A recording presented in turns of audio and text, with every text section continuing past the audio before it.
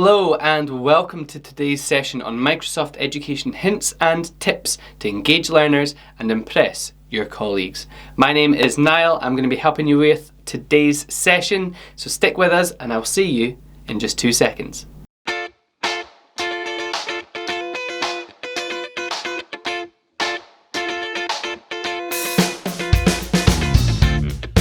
Okay, so here we are on Microsoft Teams. Now, first of all, I'm just going to create a really quick team to show you some top tips. So the first thing I'm going to do is join and create. I'm going to hit create a class, primary 7, done. Okay, that's the easy part. We're just going to add in a few of our pupils. So we're going to have in Dan, and we're also going to bring in Pam as well. Okay, hit add. And we're going to hit then close. Easy part, you've all done this before, that's absolutely fine. So the first thing we're going to have a look at is our class notebook and OneNote. They're both pretty much the same thing here. So we're going to go to our class notebook here on the left hand side. And we are now going to be given the opportunity to set up a OneNote class notebook. Amazing. Just going to make a blank one. We'll start from scratch today. We're going to hit next. And now we can start naming our sections in our class notebook. I quite like the ones that are there. I'm also going to add in questions I have for my teacher. Okay, this is a great place for your students to put any questions that they have throughout the lessons, and they can come back to them at another time, or you can come back to them at another time as well. Now, these look great, but there's a way that we can actually support our learners and make this look even better, and that is actually to put in emojis for our sections on our class notebook. So the way that we do this is, if you're on a Windows device, you can hit the Windows button and the full stop, and then we can start typing the word that we want, the emoji we want. So handouts, let's type in book. Let's just type in book and see what we get. There we go, perfect. So we're just gonna put in any of these. I'm gonna go for the blue one there. Perfect. Class notes, again, Windows button or Windows key and full stop. And we're gonna type in this time again. Let's go for notebook this time. There we go. I'm gonna put in a space as well, just to make that a bit clear for my students. Homework. Let's put in Windows key and full stop. We're just going to type in paper this time. Let's see what comes up. Or let's go for pencil actually. There we go. Paper and pencil. Fantastic. And space. Quizzes. Oh, this one's a good one. Let's go for maybe a question mark. So Windows key full stop. And let's go for a question mark. Perfect. There's a red one. Space. And questions that I have for my teacher. Oh, maybe the question mark could go in, or maybe we could put in a white question mark instead. Let's go for question mark. Oh look, there's hands up. Perfect. White question mark and hands up. Amazing. Space. Fantastic. There is our first tip for today, how to add in emojis to your sections on your class notebook. Fantastic. So let's now hit create. Now it is really easy to navigate our class notebook because we've got our emojis there. Okay, so we're just waiting for that to work.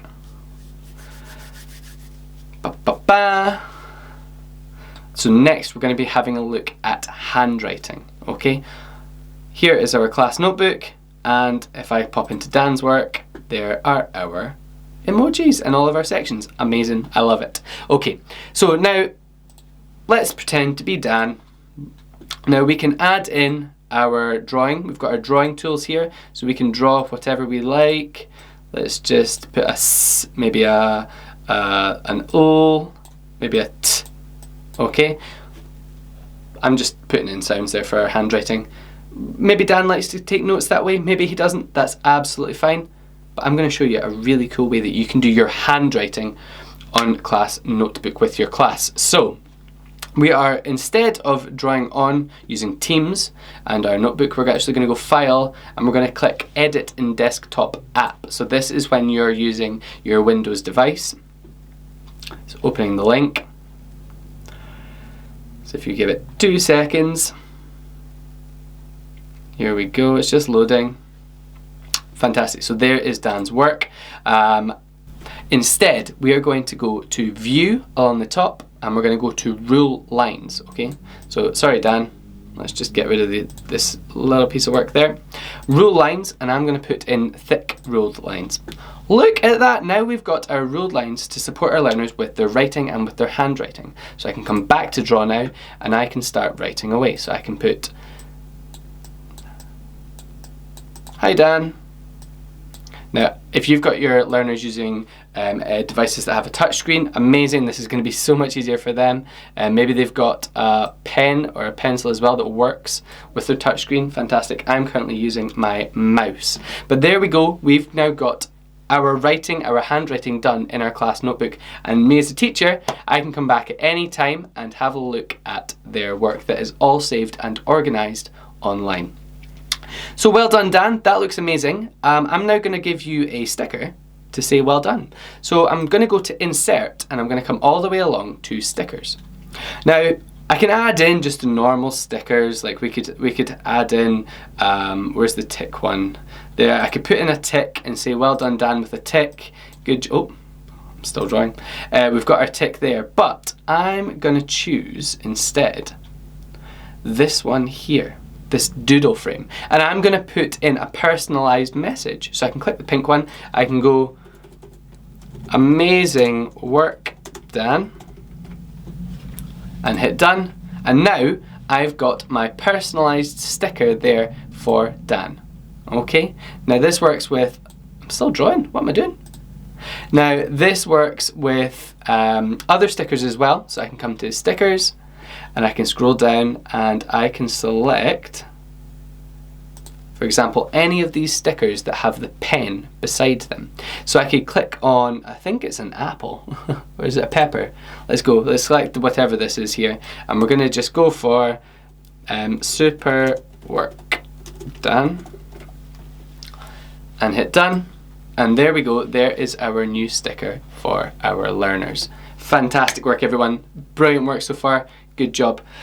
So the last thing that we're going to put in is we're going to record some instructions. So we're going to come home and we are going to dictate. So I'm going to hit dictate now, and when I start speaking, the device that you're using will start to insert the words that you are saying. So I could say, new line, hello everyone, thank you for joining us today.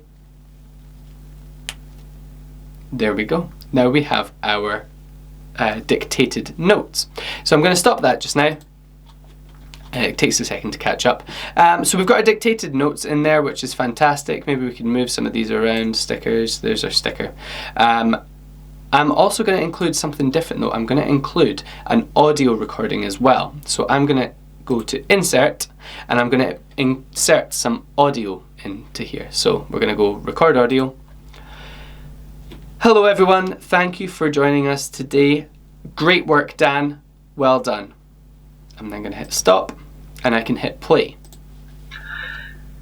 Hello everyone, thank you for joining us today. Great work Dan, well done. Fantastic. So now we've got our handwriting skills, we have included emojis in our work,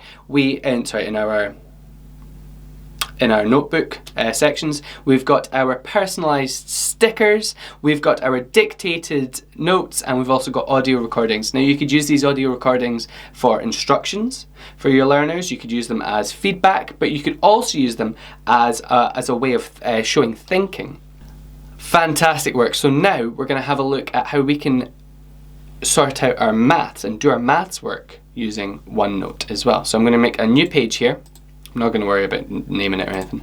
And I'm going to write out the sum. 5 plus 3 equals. Now that's really simple for us to do, but for our learners it's a wee bit tricky, especially if we're working with the younger ones. So instead what I'm going to do is select that sum, and I'm going to hit on the maths button. And look, there we go. It's recognised our sum as 5 add 3 equals, and I can click evaluate to get the answer. So there's our answer, number 8. Show steps. I can show the solution steps as well. It will tell us what to do, but I'm going to ask my learners to do that instead. So now I'm going to pretend to be Dan, and I'm going to insert an audio recording of my thought process. You ready? So to add 5 and 3, what I did was I put 5 fingers on one hand, 3 fingers on the other hand, and I counted those fingers. 1, 2, 3, 4, 5, 6, 7, and 8. So I knew that the answer was 8. And there we go. We have included our learners' thought processes and seen what has gone on in their heads whilst they were completing our activities. Amazing work. I will see you on our next top tips.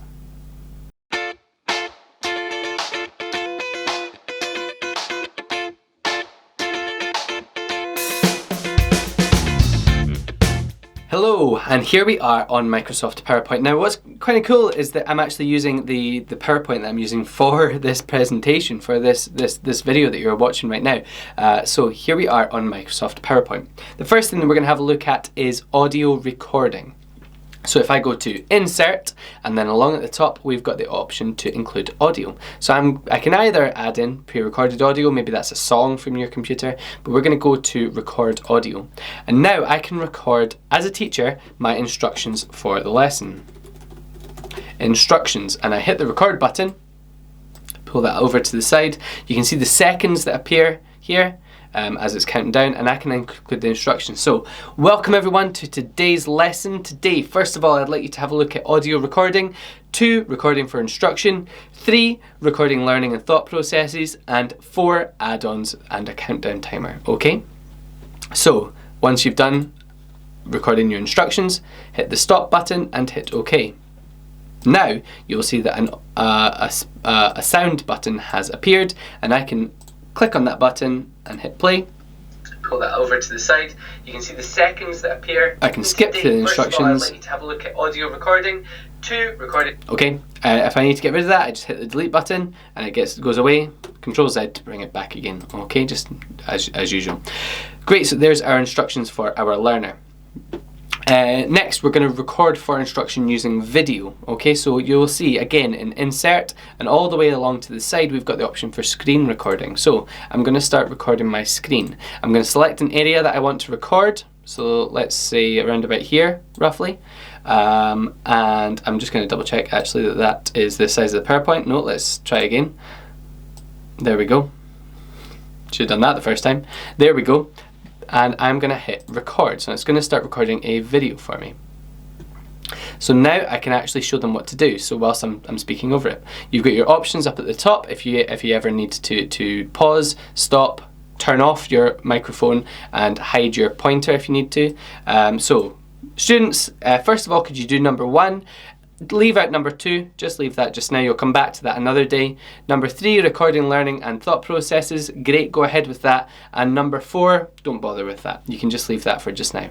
Amazing, so as a teacher I now hit stop, and you will see that in my PowerPoint a video automatically appears. Now this is our screen recording, so I can adjust the size of that if I need to. I can hit play. So now I can actually show them what to do. So whilst I can skip ahead. Number 2, just leave that just now, you'll come back to that another. Okay, so let's pop that up into the top corner. We'll come back to that. No, we won't. So there we go, there's our recording for instruction. Now we've got the opportunity to record learning and thought processes. So you could use these two these two inserts here to record your pupils' learning and thought processes. So one option is to turn on the audio, record audio. So I'm now pretending to be a student. Oh, 5 plus 3, what could I do? Well, I could do 5 on one hand, 3 on the other hand, count them up, 1, 2, 3, 4, 5, 6, 7, 8. Amazing, that's how I got to my answer. They hit stop, they hit OK, and it includes their thought processes. Similarly, they could include a screen recording of them doing their work so that you can see the thought processes going on whilst they are completing the work. Alternatively, you can add in a video, so you could get them to record themselves on their webcam whilst completing their work and then insert a video from this device, insert the webcam video. So the last thing that I'm going to show you today is how to add in a countdown timer onto your PowerPoint. Now there's a really easy and great way to do this. Go up to Get Add-ons at the top and we're just going to type in countdown timer. One that I like to use is break time, so I'm just going to hit add, continue, and there is my countdown timer. So I'm just going to adjust the size of it there, make it a little bit smaller. And I'm going to pop it over to this side of the screen. Doesn't have to look nice just now. So when I go to my play and I'm sharing my presentation, I can hit start and say, right students, you've got 10 minutes, go and talk to your partner and go and complete whatever work we need to do. Complete whatever learning activity that you have provided for your students. 10 minutes to do so. If they ever need to come back, they've got the audio instructions in here, and we've got our countdown timer so that they know what to do. If you ever need to pull that over to the side, you can see the seconds that appear here as it's counting down. I'm just going to come out of there, and to get rid of your countdown timer, you actually get the options to hit stop. You can reset it, start it again if you need to, and lastly, you can hit, oops, sorry, delete. There we go, to get rid of that countdown timer. Amazing, thank you very much for joining me. I will see you on our next application.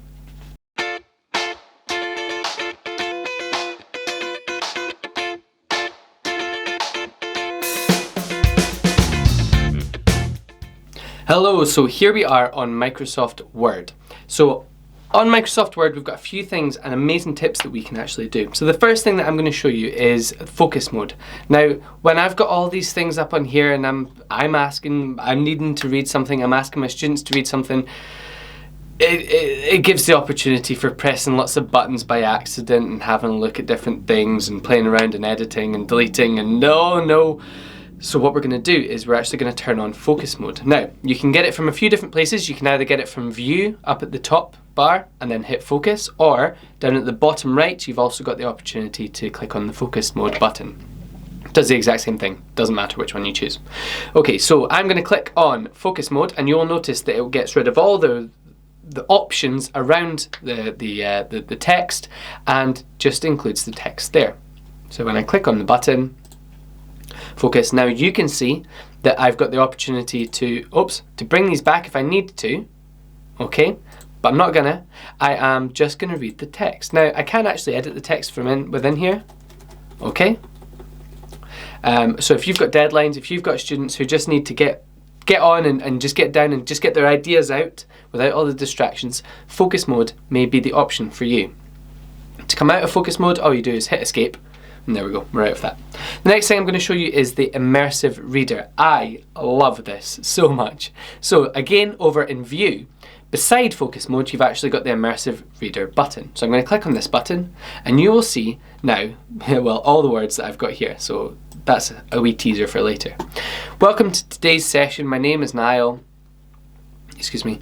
And I've actually changed some options already. So you can adjust the column width to suit your learners, see what they like. I quite like the first very narrow column width.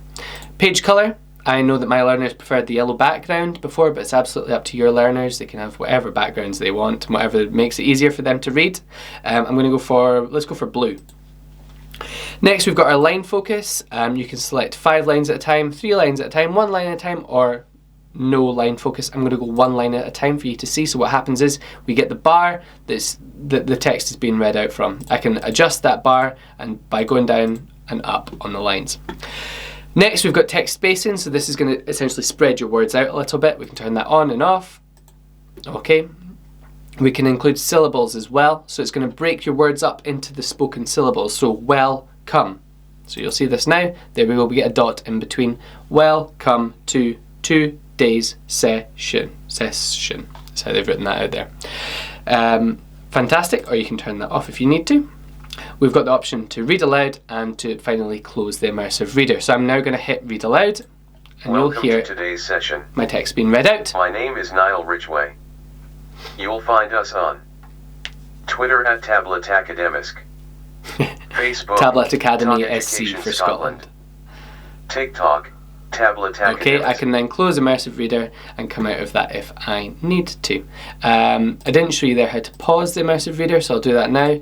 Read aloud, pause. Okay, you can adjust this reading speed as well if you need to, so we can make it really fast or really slow, and you can select your voice as well. So let's choose a different voice. This time I'm going to select up here because that's where I want it to start, and read aloud. That's too fast. Let's go slow. TikTok. Tablet Academics.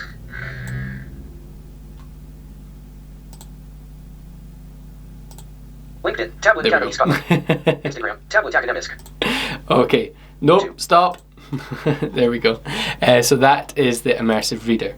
The next thing I'm going to show you is icons and emojis. So one thing that you could do for your learners to signify what parts of the work that you're doing would be to include icons and emojis. So at the start, I can include an icon, so insert, and we're going to go to icons here, and I could search for a different icon. So say that we're doing, this is going to be maths work, I could include an abacus.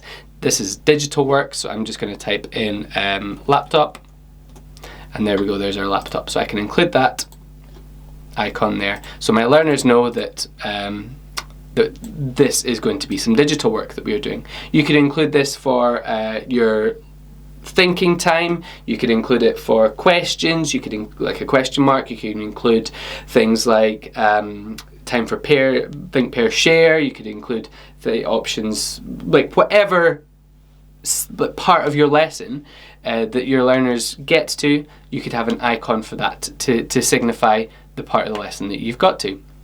So that's the icons. We can also include emojis as well. So if you hit the Windows key and the full stop button on a Windows device, then you can include your emojis. So I'm going to type in wave here because welcome to today's session. So there is me waving at my learners for the first part. Again, you can include your emojis as your lesson signifier, so at different parts of your lesson include an emoji to support your learners to know what to do next and what they're doing for that part of the lesson.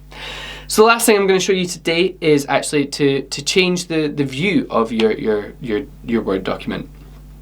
Sometimes when you are dealing with scrolling all the way down, it can really become monotonous, and your document isn't really so much like a book anymore, kind of like a leaflet. So you can actually change your view to side instead.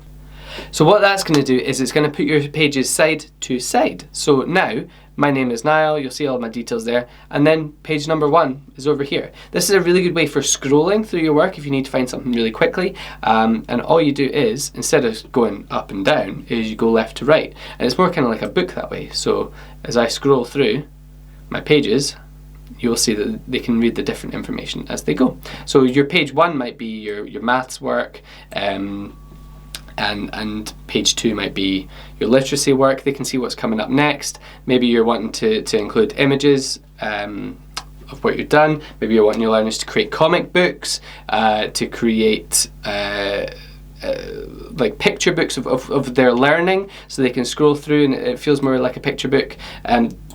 It's absolutely up to you. I just thought it was a really neat tool and something that we don't really talk about much with Microsoft Word is changing that view there. So thank you very much. I'll see you in 2 seconds.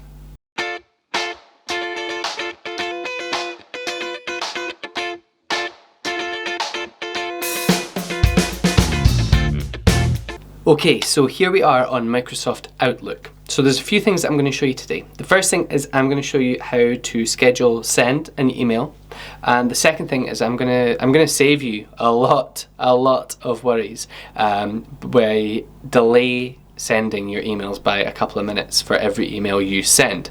So let's get started. The first thing I'm going to do is I'm going to start a new email. Now you might get your students to do this at the start of the year, so you could do this. You could use this for a couple of reasons, but I'm going to show you how to do it first, and then I'm going to tell you ways that you could use this to support your students.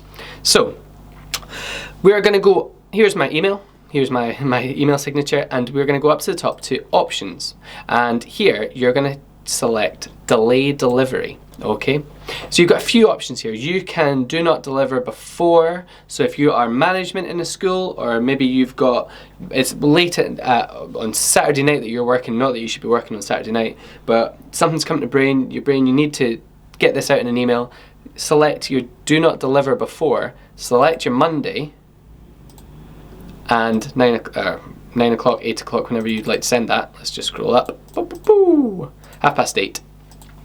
And then you can hit close, and now it's not going to send your email until Monday at 8:30. So there's a few reasons why you might want to use this. As we've said, maybe it's late at night that you're sending this, or maybe it's at the weekend and you don't want to send it out over the weekend. Or maybe you could get your students to do this, and at the start of their primary 6, primary 7 year, maybe they could send an email to their future self.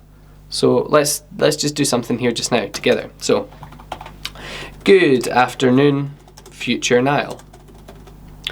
You could then get them to include things that they like. I like pizza,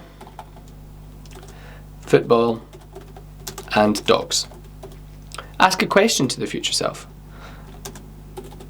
Do you still like mushrooms? And lastly, kind regards, past Niall. Okay, now I can go to delay delivery, excuse me, and change that to a date way in the future. Maybe we could have this for our end of year email. They will all get them at the same time. So we'll select maybe the end of the year. I don't know what it's going to be. Maybe the 30th of June for 9 o'clock in the morning. And they will then get this email from their past self to the future self. What an amazing thing to be able to do. I know that some schools that I've worked with have really enjoyed this idea. They've used it as kind of like a profile that they send their students at the start of the year to the end of the year, and it's a way to see their changes. And maybe they've changed in height, maybe they've changed their likes and dislikes, maybe they've changed their living situation, maybe they now live and go to school somewhere else. So what an amazing way to reflect on the past and look at how each individual pupil has grown and changed within your class. So you could do it for that, or you could write your birthday cards. So you could put, dear, let's go for Pam. Dear Pam, happy birthday. I hope you have a great day. Let's include a wee emoji in there. Remember, Windows button and full stop to get your emojis, and we'll just type in cake. There we go, birthday cake. From Niall. Okay, so I could send this to my staff members in my school. I could send this to my pupils. And all it takes is that maybe, I don't know, 10 minutes to write those out for everyone that you know. Schedule them for their birthdays, and then you don't even have to worry about forgetting birthdays, because you've already scheduled them in with your Microsoft Outlook. So there's one last thing that I'm going to show you, and that is how to save so much pain from sending an email. Now, I have a 2-minute delay on every single email I send, because I am the worst for spelling mistakes. I'm the worst for forgetting to put in the attachment. I'm the worst for forgetting to include someone in an email. This is going to be an absolute game changer for you. So I'm just going to close that down. So here we are on Outlook, and we're going to actually manage our alerts now. So we're going to go home, and you're going to come along to rules, and then go manage rules and alerts. Now, on the top left, you've got the opportunity for new rule. Now, you'll see that I've got my defer delivery by 2 minutes. I'm going to add in a new rule just now. That's the one that you're going to create. So you've got all these options, and to be fair, they look really confusing. Just go down to the bottom. Apply rule on messages I send. Okay? And then down to next. Now, again, all these options, just ignore them. Okay? And we're going to go next, and it's going to pop up with a pop-up that says, this is going to apply to every message you send. Say yes. Now, again, what do you want to do with that message? Well, in here, we've got defer delivery by a number of minutes. Okay, that's the one that we want. And I'm going to click a number of minutes, and I'm going to select 2 minutes. 2 minutes for me. It's absolutely up to you how many minutes you want to defer your email delivery by. So I'm going to hit OK, and then I'm going to hit next.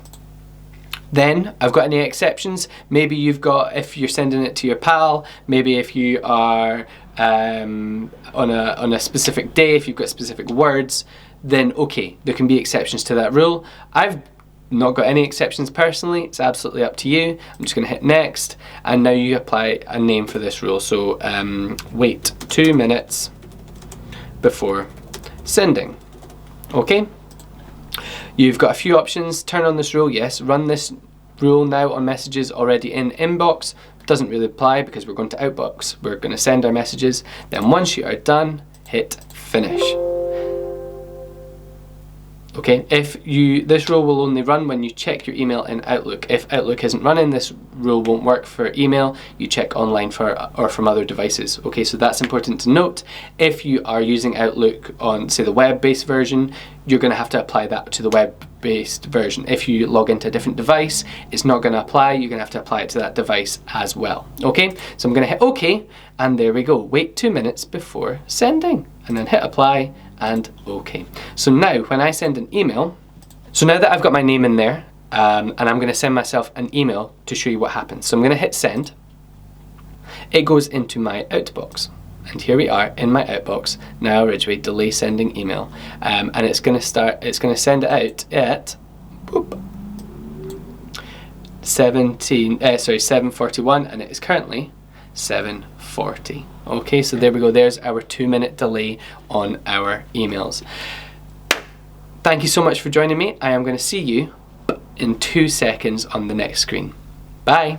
Amazing. Thank you so much for joining us today. I've had so much fun. It's been great to see everyone, and it's been great. I've just had an amazing time today exploring OneNote, PowerPoint, Word and Outlook with you. Remember, today's session we were giving you Microsoft Education hints and tips to engage learners and to impress your colleagues. So hopefully some of the tips that we've given you today have done just that.